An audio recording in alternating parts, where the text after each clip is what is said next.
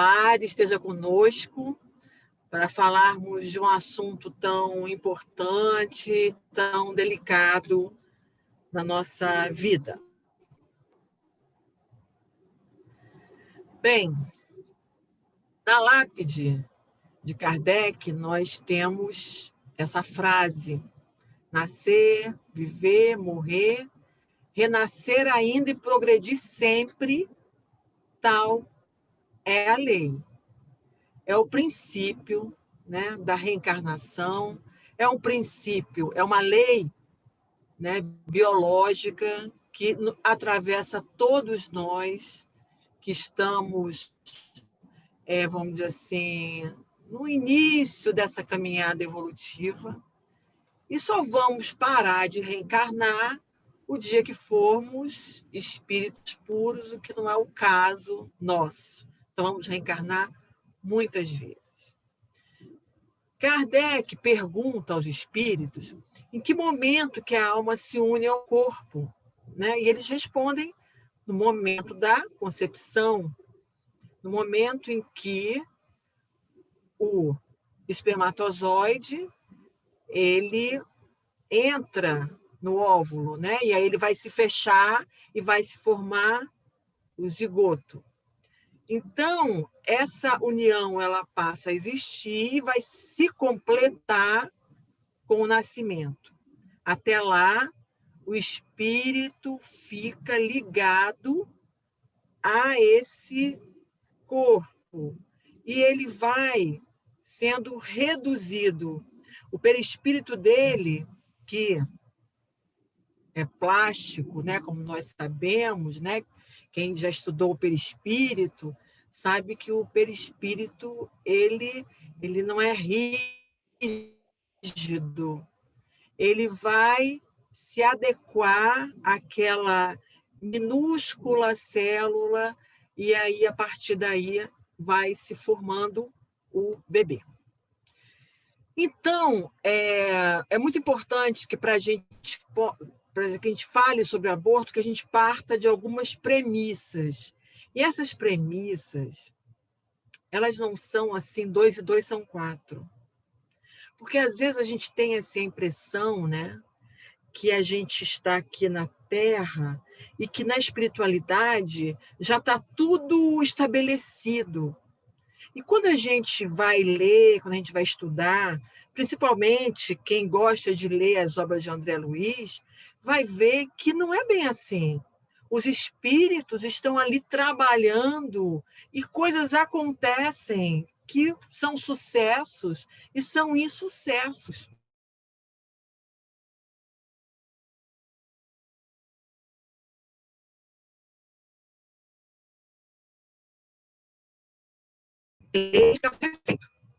Que é diferente de determinismo, né?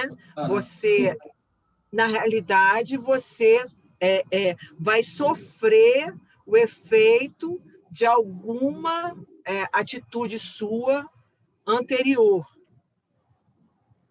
Ao mesmo tempo, ela conjuga também a lei do livre-arbítrio.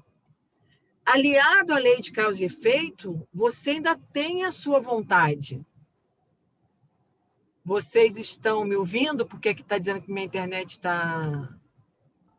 não está... A sua internet está oscilando muito. Eu sugiro que você desligue o seu vídeo, porque vai consumir menos processamento do seu computador, talvez melhore, pelo menos por enquanto. Se voltar boa, você continua com o vídeo. Tá bom. Será aí? Se não melhorar, aí você volta com o vídeo.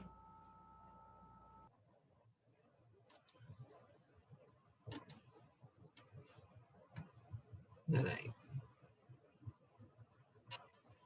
É porque para eu desligar o vídeo, eu tenho que entrar aqui no...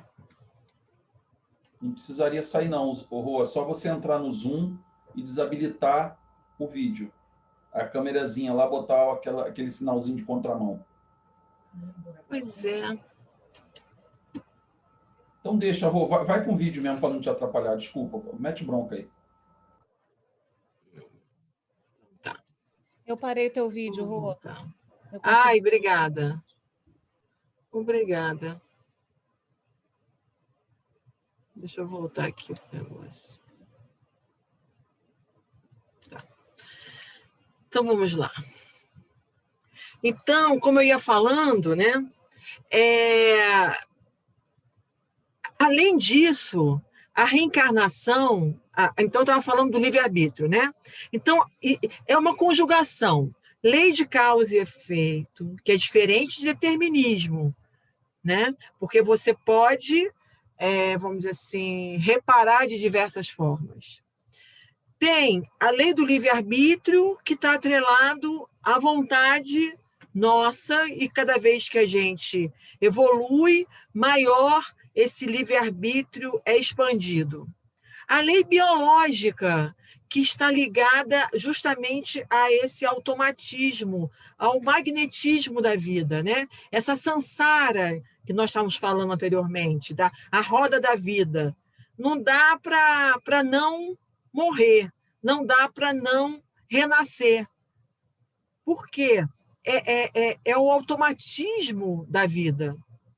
E a ideia, né, que os espíritos nos trazem de que tudo isso tem um propósito, que é o propósito de progresso, nos tornarmos espíritos puros para dominarmos a matéria e aí sim participarmos junto com os espíritos superiores, né, do surgimento de galáxias e sermos construtores do universo. Esse é o nosso destino.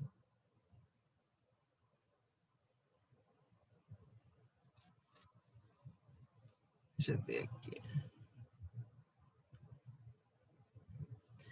Fora isso, nós temos, dentro dessa, vamos dizer assim, dessa conjugação de fatores, que eu acho assim, fantástica, porque parece uma teia.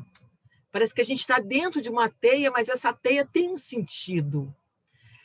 Nós temos reencarnações que são planejadas, que são espíritos merecedores, que têm toda uma assistência espiritual nesse processo reencarnatório.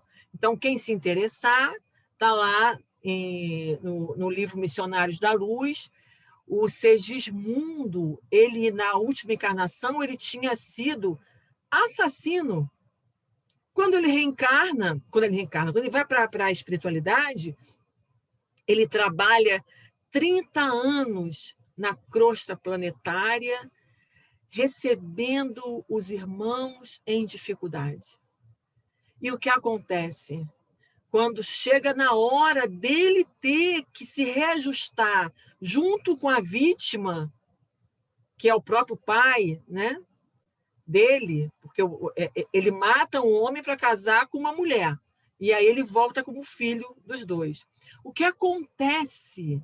Ele tinha angariado tantos amigos, ele tinha feito tantas coisas boas, as pessoas tinham por ele tanto amor, que ele tem todo um aparato, ele tem em volta dele todo um amparo para a reencarnação.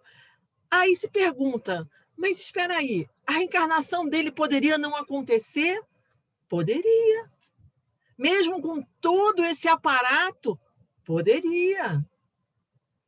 O que aconteceu é que os espíritos conseguiram convencer o pai dele, que tinha muita dificuldade com a aproximação dele, né? Porque, afinal de contas, ele tinha matado o pai, né? Então, poderia não ter dado certo. O pai poderia não ter conseguido perdoar. Então, assim, eu acho importante a gente parar e refletir sobre essas questões que fogem ao nosso controle. A gente tem que fazer a nossa parte. Os espíritos superiores fizeram parte deles e deu certo. Ótimo. A mãe recebe, o pai recebe, e ele retorna e reencarna. Nós também temos as reencarnações que são compulsórias, que acontecem sem a concordância e até sem o conhecimento do próprio espírito. E aí a gente vai começar a entrar no aborto, e eu vou voltar depois a essa questão das reencarnações compulsórias. O que é o aborto? Né? Então, nós já vimos que tem a conjugação de todos esses fatores para a gente ver o mundo. Existe a nossa, vamos dizer assim, a nossa vontade e a nossa responsabilidade nesse processo. O que é o aborto? O aborto é a privação do nascimento pela interrupção da gestação com a extração ou expulsão do embrião ou do feto. Quer dizer, o aborto impede que esse espírito reencarne. O aborto impede que esse espírito possa ter essa oportunidade de progresso.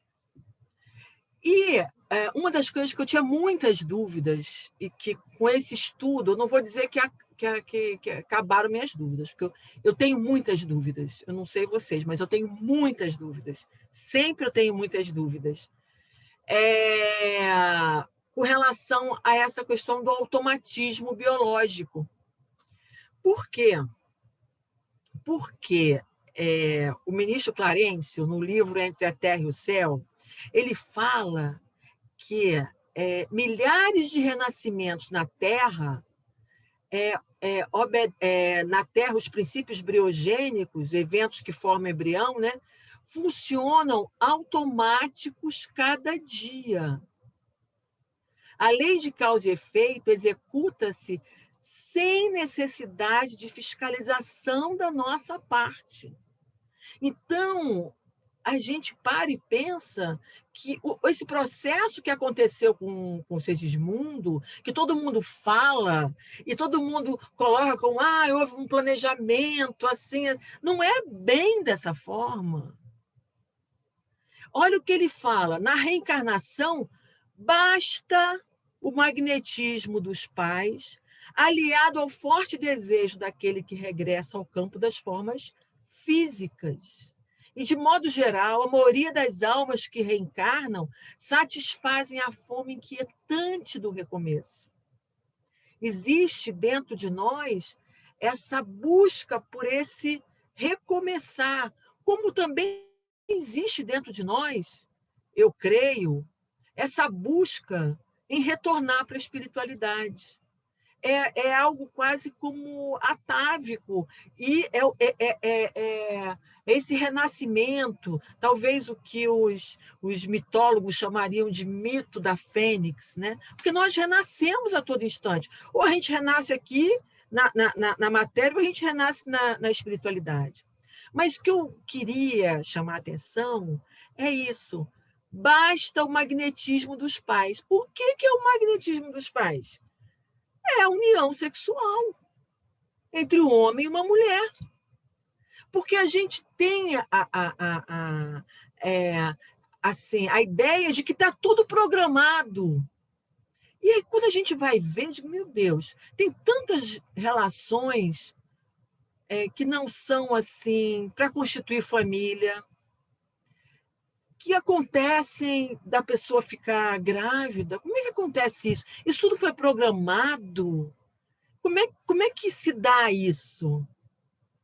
Mesmo que a pessoa, vamos dizer assim, se nós, como seres humanos e responsáveis nesse processo, se a gente não se cuida, se a gente não utiliza os mecanismos, né, contraceptivos, nós, se formos saudáveis fisicamente, porque é biológico, nós vamos gerar um filho, uma filha. Faz parte. Vai existir sempre um espírito que vai se ligar a nós. Agora, é por acaso que esse espírito vai se ligar a nós? Não, não é por acaso. Mas será que aquela reencarnação estava programada? E por que eu sempre tinha essas dúvidas? Porque eu pensava muito assim, meu Deus, como psicóloga agora, né? Que maluquice, essas crianças de 12, 14, 15 anos abusadas, ficam grávidas, que aquilo não entrava na minha mente. Como é possível haver a permissão para isso? Mas é porque a gente tem uma ideia de que a espiritualidade é como se fosse uma varinha de condão e que estivesse ali e que nós não tivéssemos, vamos dizer assim, nenhuma participação naquele evento. Não acontece dessa forma. Muitas vezes coisas acontecem que não estavam programadas, né? E muitas vezes o espírito que vai reencarnar, ele nem sabe que vai reencarnar. É o que acontece com essas reencarnações compulsórias. E estudando, a gente vê que tem muita similaridade entre a reencarnação e a desencarnação. Por exemplo, todos nós aqui vamos desencarnar, óbvio. A gente sabe quando vai desencarnar? A gente sabe que momento a gente vai desencarnar? A gente tem uma ideia. Quem está ficando mais velho está mais propenso. Mas isso não é segurança alguma. No entanto, o espírito superior sabe que vai desencarnar. Chico Xavier sabia que ia desencarnar num dia que tivesse um jogo de futebol, que o Brasil tivesse muito contente, justamente para não haver muita, vamos dizer assim, muita aglomeração. Ele tinha condições de saber da sua desencarnação. A maioria de nós, a grande maioria, eu acho até que 99%, não temos essa condição. Uma outra pessoa também que eu me lembro é aquele guru Yogananda. Ele falou para a assistente dele, deu uma palestra e disse para a assistente, agora eu vou embora. Pum, desencarnou. Ele sabia que ele ia desencarnar e tinha dito para ela que ia desencarnar. Então, são pessoas que, vamos dizer assim, já conquistaram, né, essa evolução, o que é muito diferente de nós, pobres mortais, né? E é dessa forma que essas reencarnações compulsórias, elas acontecem. Existe a união sexual e aquele espírito que está ali, que não sabe quando vai reencarnar, ele se liga desde que haja uma sintonia entre ele e a mãe. Não existe acaso, mas também não existe determinismo. E isso é difícil da gente compreender, da gente, vamos dizer assim, aceitar, porque a gente quer botar tudo na conta da espiritualidade. Tudo na conta de Deus, esquecendo que nós temos, vamos dizer assim, as nossas responsabilidades, né? Bem, agora, aborto. O que a lei brasileira diz sobre o aborto provocado? Ela diz que é crime, né?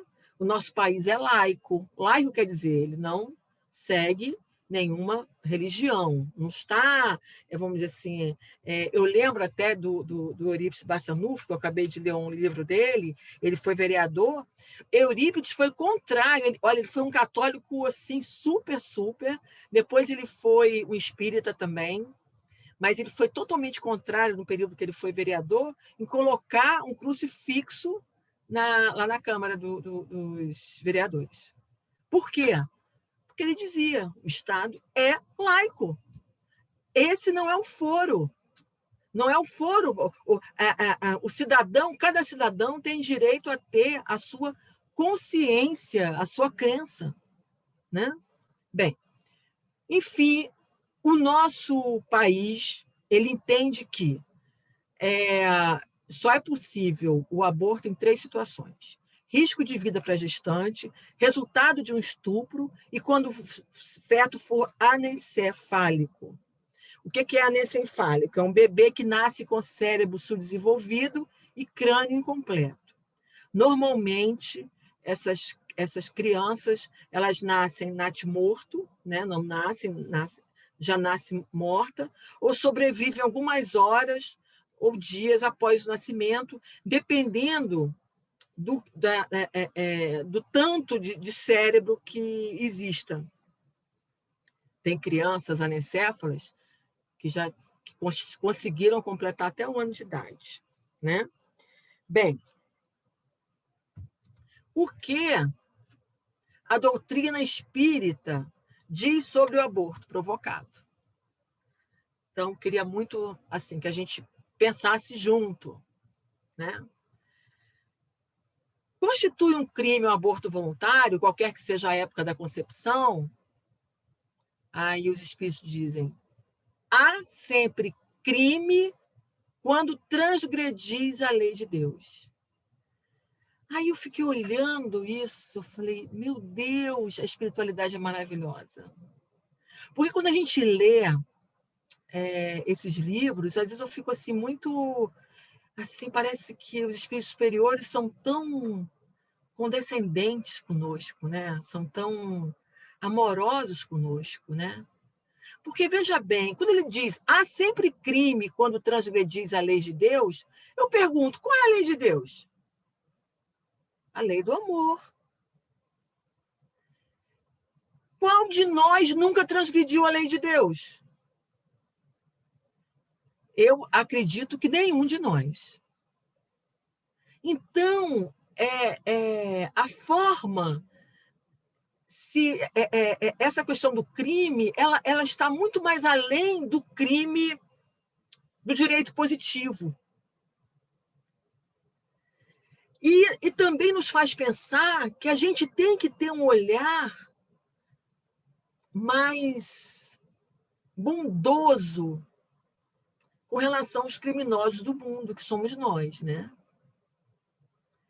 Então, vamos lá. A mãe ou qualquer outra pessoa cometerá sempre um crime, tirando a vida de uma criança antes do seu nascimento, pois impede a alma de experimentar as provas de que o corpo devia ser o instrumento.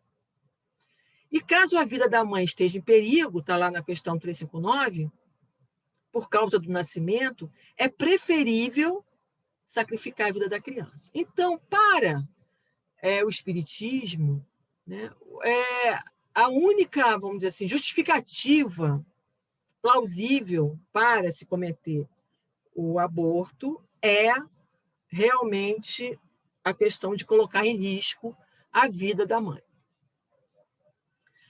Aí vem essas questões que a gente sempre se pergunta, né?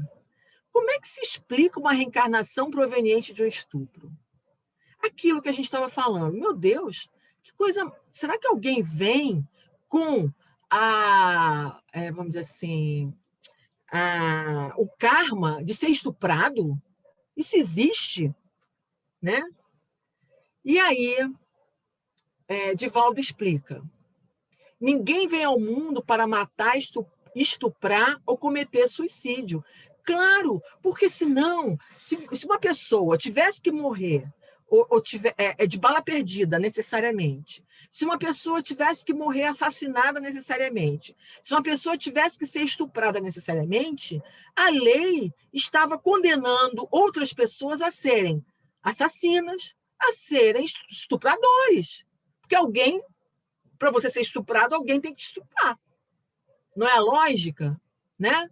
Então, Divaldo diz, olha, ninguém vem ao mundo com essa ideia. Isso não existe, né? E realmente não faz lógica. Em face disso, tais ações não fazem parte, com toda certeza, de nenhuma programação reencarnatória. E olha como é difícil da gente entender. Apesar de não fazer parte de nenhuma programação reencarnatória, isso não implica dizer que as vítimas de um assassínio ou de um estupro tenham passado por essa situação por mera obra do acaso, visto que o acaso não existe. Então, a gente tem que conjugar essas duas coisas. E não é muito fácil, não. Por quê? Bem, essa pessoa não estava programada para ser estuprada, mas ela foi estuprada. Agora, por que ela foi estuprada? Por quê? Aí a gente vai ter que ver as situações. Será que ela inadvertidamente, ela foi para a balada sozinha e voltou às 3, 4 horas da manhã? Será que ela se expôs? E aí é nossa responsabilidade. E ao se expor esse perigo, essa pessoa não se sujeitou a que alguma programação no sentido de lei de causa e efeito, não programação reencarnatória, agisse naquele momento? Então, é isso que eu queria trazer, porque às vezes nós espíritas, temos muito essa coisa de, não, foi isso por causa daquilo. Não é bem assim, né? Aí vem Kardec continua. Qual deve ser a luz do espírito? Kardec não, minto. A pergunta para o Divaldo Franco, me perdoem. Qual deve ser a luz do espiritismo a posição de uma jovem e sua família diante de uma gravidez originada por estupro? Embora lamentável e dolorosa a circunstância traumática da ocorrência, é dever da jovem e dos seus familiares manterem a gravidez, auxiliando o espírito que se reencarna em situação aflitiva e angustiante, compreende-se a dor da vítima e dos seus familiares. No entanto, não se tem o direito de matar o ser reencarnante que necessita do retorno naquela maneira a fim de crescer para Deus. O bem maior que nós temos é realmente o bem da vida. Ele é o mais, assim, vamos dizer assim, entre vários direitos, porque acontece isso no direito. Você, às vezes, tem 2 direitos e você tem que sacrificar um em detrimento do outro. Então, essa é a posição do espiritismo, ou dos grandes, trouxe Divaldo, porque Divaldo é um nome assim que a gente respeita e que nos mostra que, mesmo nesse caso de estupro, apesar de toda a dor, a gravidez deveria continuar. Bem, agora quanto à relação aos anencéfalos. Perante o anencéfalo, isso aí foi uma reportagem da doutora Marlene Nobre, que foi presidente da Associação Médico Espírita, e foi na Folha de Espírita essa reportagem. Perante o anencéfalo, é como se estivéssemos diante de uma pessoa adulta em estado de coma profundo. O coração bombeia, os pulmões recebem a carga necessária, os órgãos trabalham, mas ele não tem consciência. Se somos espíritas, a explicação para os fetos anencéfalos é muito mais lógica e racional. Não podemos nos esquecer de que só o espírito tem capacidade de agregar matéria. Se não tivesse um espírito no comando, o anencéfalo não poderia formar os seus próprios órgãos e o fazem a tal ponto que eles são cogitados para transplantes. Não cumpriria o seu metabolismo basal e não teria preservadas as suas funções vitais. Então, mesmo que a mãe traga no seu ventre essa criança que ela tem certeza que tem poucos dias de vida ou que vai nascer morta, né? Existe uma razão, um motivo para aquela problemática. Pode ser um suicida, um espírito suicida, que vem até reorganizar o perispírito, a gente sabe que isso acontece, né? Enfim, não é fácil. Eu fico assim falando, porque a gente está falando aqui em tese, é muito fácil, né? Nunca tive uma filha que foi estuprada, nunca cheguei perto de alguém nessa condição, nem também de uma pessoa com uma situação dessa de não ter cérebro. Eu acho que a gente tem que pensar bem, quando nós espíritas, né, formos expor a opinião do espiritismo com relação a pessoas que tenham outras condutas. O aborto no Brasil, eu não consegui uma pesquisa mais recente. Essa daqui é uma pesquisa nacional, aqui está embaixo, está de onde eu tirei, é de 2016, e ela conclui que 20% das mulheres de até 40 anos já abortou. É muita gente. É muita gente. E também mostra, num estudo financiado pela Fiocruz, que as adolescentes são as maiores vítimas do abortamento e as que mais morrem devido ao procedimento. Também é uma situação muito grave, uma questão, vamos dizer assim, que nos deixa muito assim tristes, porque muitas vezes essas adolescentes não têm apoio, são pobres, né? São abandonadas pelo homem, né? E aí, meus irmãos, é que eu queria trazer assim, essa reflexão junto com vocês, porque eu tenho certeza que a maioria de vocês aqui sabe dessas questões do aborto, que é crime, e que tem ali um ser para reencarnar, que esse ser ele sofre, porque no aborto ele é retirado, né, por sucção. Inclusive, tem um filme que eu nem me atrevi a trazer na internet, em que mostra a ultrassonografia, o feto se defendendo daquela coisa que ia sugar, né? Porque ali é um ser, é uma vida. A doutora Marlene Nobre fala que, normalmente, quando a gente tem um corpo estranho no nosso organismo, a gente tende a expelir. Por isso que, quando a gente vai fazer um transplante de um órgão, a gente toma imunossupressor, para justamente não rejeitar aquele órgão. E a vida é tão maravilhosa que o próprio neném faz isso, se protegendo no útero da mãe, né? Então, é toda uma engrenagem que a gente conhece muito pouco de verdade. A reflexão que eu queria trazer era a seguinte: o Kardec, quando ele está falando no Evangelho segundo o Espiritismo, ele diz que em qualquer circunstância a falta é agravada ou atenuada pela intenção. E isso, inclusive, é um princípio de direito. Não só pela intenção, também pelas condições de vida que aquela pessoa está, né?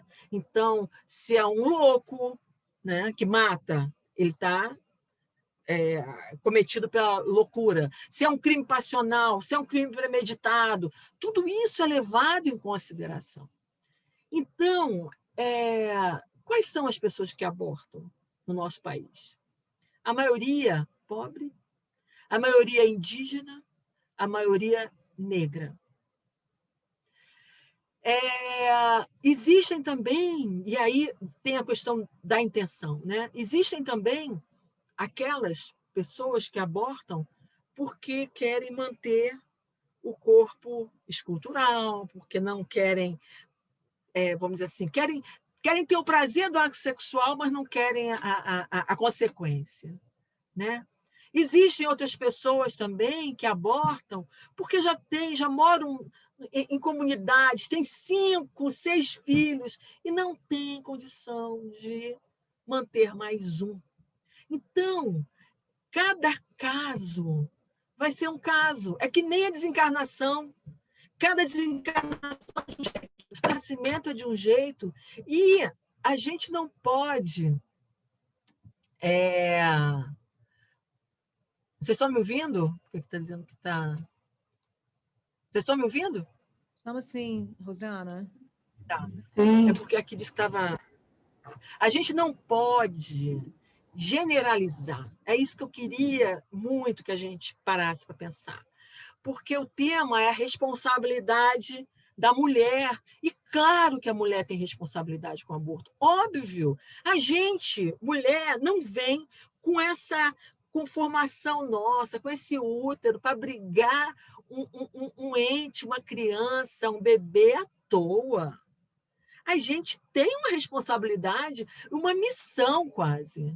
Eu penso que a maternidade é realmente uma forma é a forma que o Deus encontrou na nossa evolução, no nosso estágio, né, para que os espíritos pudessem ter novas provas e novas oportunidades. Mas a gente não pode deixar de pensar o seguinte: Quando o homem abandona a mulher grávida e não reconhece o filho e foge da paternidade, ele comete o crime de aborto. Quando os pais dos adolescentes abandonam os filhos, não dando qualquer possibilidade dessa criança vir a surgir, a estar no mundo, eles estão cometendo um crime de aborto. Quando a família, e aí eu estou botando irmãos, avós, primos, lavam as mãos e não constroem rede de apoio à recepção desse espírito no ambiente familiar, e estão cometendo o crime de aborto. E quando a sociedade abandona os vulneráveis à própria sorte, nós, como sociedade, cometemos crime de aborto a todo instante. Então, eu acho que a gente tem que ter essa reflexão social, porque é muito fácil nós, com uma determinada, vamos dizer, classe média, né, com toda uma vida bonitinha, chegar e dizer, não aborta. É claro que a gente tem que falar não aborta, mas a gente tem que ter uma empatia com relação àquela vivência que é completamente diferente da nossa, né? E, às vezes, isso aí quem está falando sou eu, isso não tem livro nenhum, mas foi a conclusão que eu cheguei. Às vezes, dependendo das ações desses pais, desses homens, dessa família, dessa sociedade, eles sofrerão muito mais a consequência da justiça divina do que aquela mulher que abortou. Então, a situação não é simples. Não é assim. Abortou, vai para o inferno, vai para o vale, tem até um vale. Eu já ouvi falar nisso. Eu, sinceramente, não acredito, porque a gente tem uma responsabilidade muito maior do que aquela que a gente enxerga no nosso dia a dia de relação. Então, somos contrários ao aborto, mas saibamos, vamos dizer assim, entender que essa questão não é simples. E talvez nos perdoarmos e perdoarmos o outro, né? Dentro dessa atitude que, com certeza, é muito dolorosa para qualquer ser humano. Eu acho que não tem uma mulher que não cometa um aborto, que não sinta lá dentro essa tristeza por ter abortado. Então, são essas as reflexões de hoje. Espero que eu tenha assim esclarecido da melhor forma possível. O tema não é simples, mas ele é necessário, né, para que a gente possa não colocar tanta coisa na conta da divindade. A gente tem essa mania porque é da nossa imperfeição, né? A gente tem que fazer a nossa parte. A gente tem que se responsabilizar pelo aquilo que a gente está fazendo. E o mundo ainda é muito machista. Infelizmente, a mulher ainda é muito hostilizada nessas questões.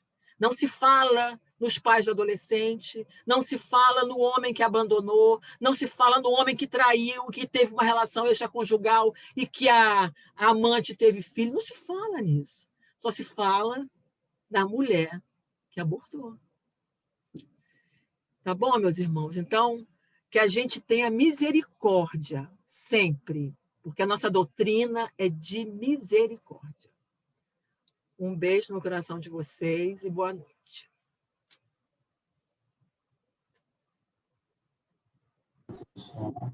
Rosiana, obrigada.